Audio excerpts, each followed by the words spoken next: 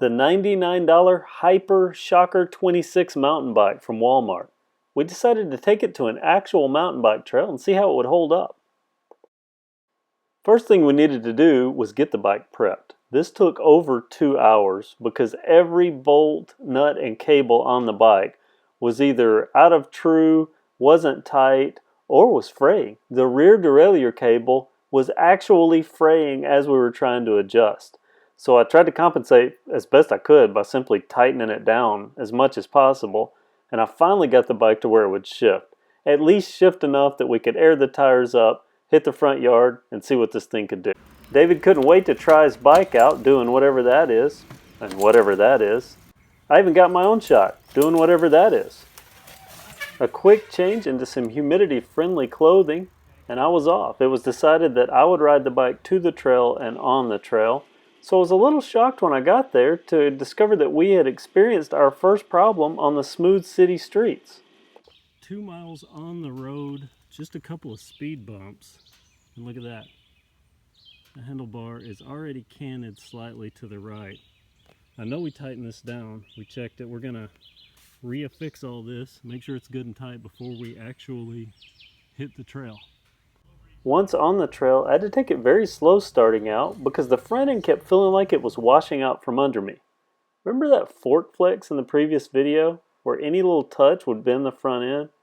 That was really evident on the trail, and had I have not known this trail, I would have wiped out almost instantly. Felt like it was constantly going to, well, do that. If you didn't pay attention, you would lose it. But eventually, kind of got the hang of it, and I was just following what I knew of the trail. That's not to say it was easy. The front end was flexing left and right, even front and back, and that 12.7 millimeters of play made it really difficult to keep control. Fortunately, I know this trail well enough that I know what I should be feeling on the bike, and that enabled me to really get going, until the bike stopped itself. Yeah, that's the linear brake pad underneath the rim for no reason. Good thing it's Walmart metal. Just bent it back, and I was right back in the game.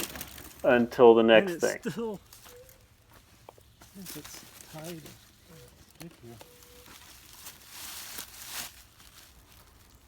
Good grief. With the help of a friendly tree, I got the handlebars bent back straight again and a little more timidly hit the trail. I was a little worried at this point because the handlebars starting to feel a little washy. But I did push it probably more than I should have.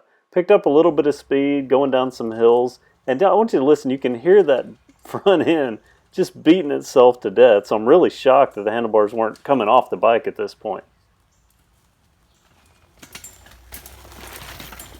Then I pushed it too far and almost came off the bike by riding it over this pile of logs. I didn't try to hop over it, I tried to ride over it. And the handlebars shifted so bad that again, I almost bit it and decided that was it. I mean, it's not really loosening up. I think this is getting seriously to the point of being unsafe.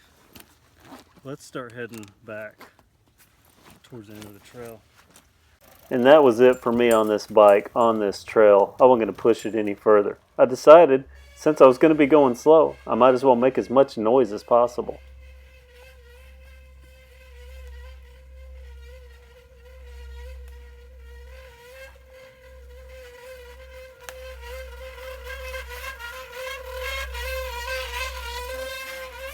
After we got off the trail, I asked David what he thought about the bike now that he'd seen it on a mountain bike trail. His response was, "It's going straight back to Walmart."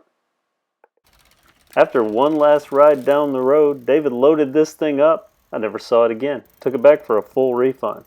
He then went to the local Trek dealer and rode a Marlin 7. I think he's in love. We'll probably see him on that soon.